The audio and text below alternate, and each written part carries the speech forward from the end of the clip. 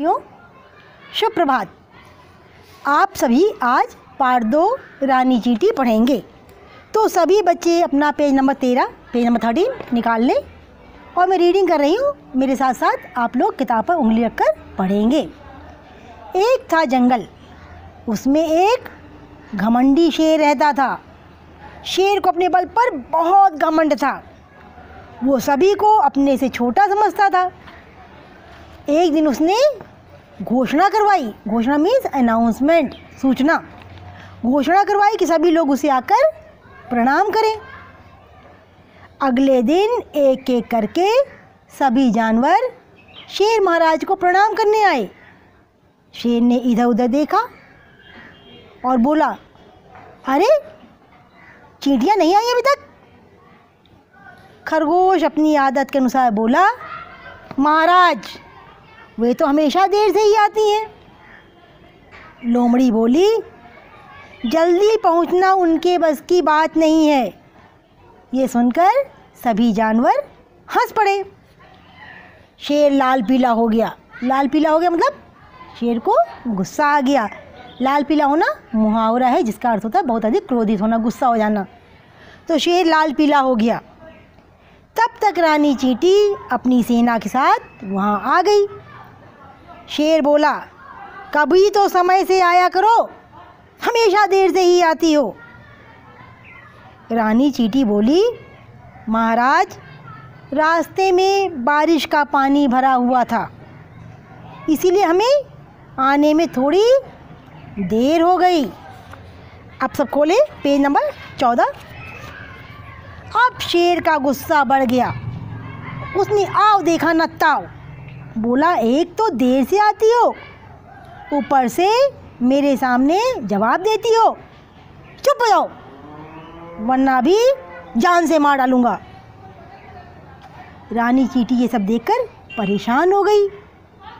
वो सोचने लगी कि क्या करे। तभी उसे एक उपाय सूझा।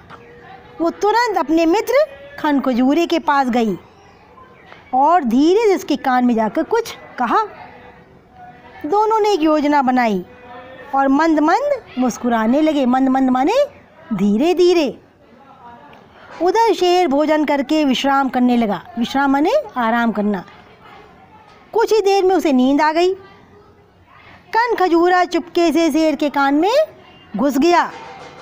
उसने शेर के कान में जोर से काटा।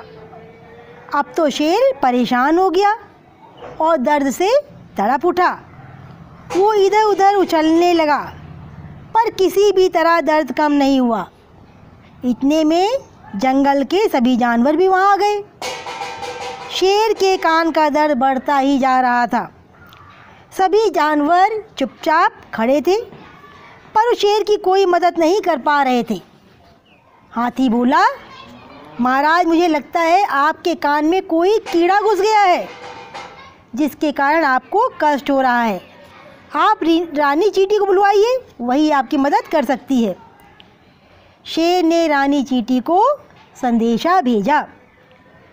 थोड़ी देर में ही रानी चींटी अपनी सेना के साथ शेर की गुफा में पहुंच गई। शेर ने कहा, मेरे कान में बहुत तेज दर्द है, कृपया मेरी मदद करो। रानी चींटी धीरे से मुस्कुराई और शेर के कान पर चढ़ गई।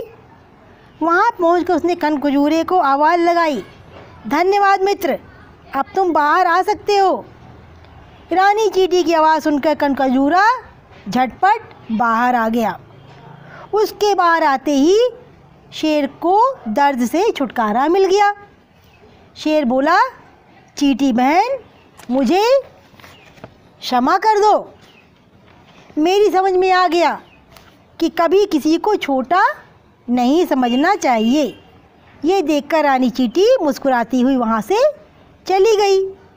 इस प्रकार एक नन्हे से खनखजूरे और चींटी ने शेर का सारा घमंड चूर चूर कर दिया। तो प्यारे बच्चों, ये कहानी हमें ये सिखाती है कि कोई भी जीव छोटा या बड़ा नहीं होता है। सब की सब भगवान की अद्भुत रचना है और सबका अपना अपना कोई ना कोई विशेष महत्व होता है। तो आप लोग को इस पाठ को दोबारा फिर पढ़ना है और सभी लोग किताब से देख करके शब्दार्थ करेंगे। इसके प्रश्न उत्तर मैंने दूसरे वीडियो में डाले जिसे आप देख कर करेंगे। बस आप सभी का दिन मंगलमय हो और टाटा बाय बाय।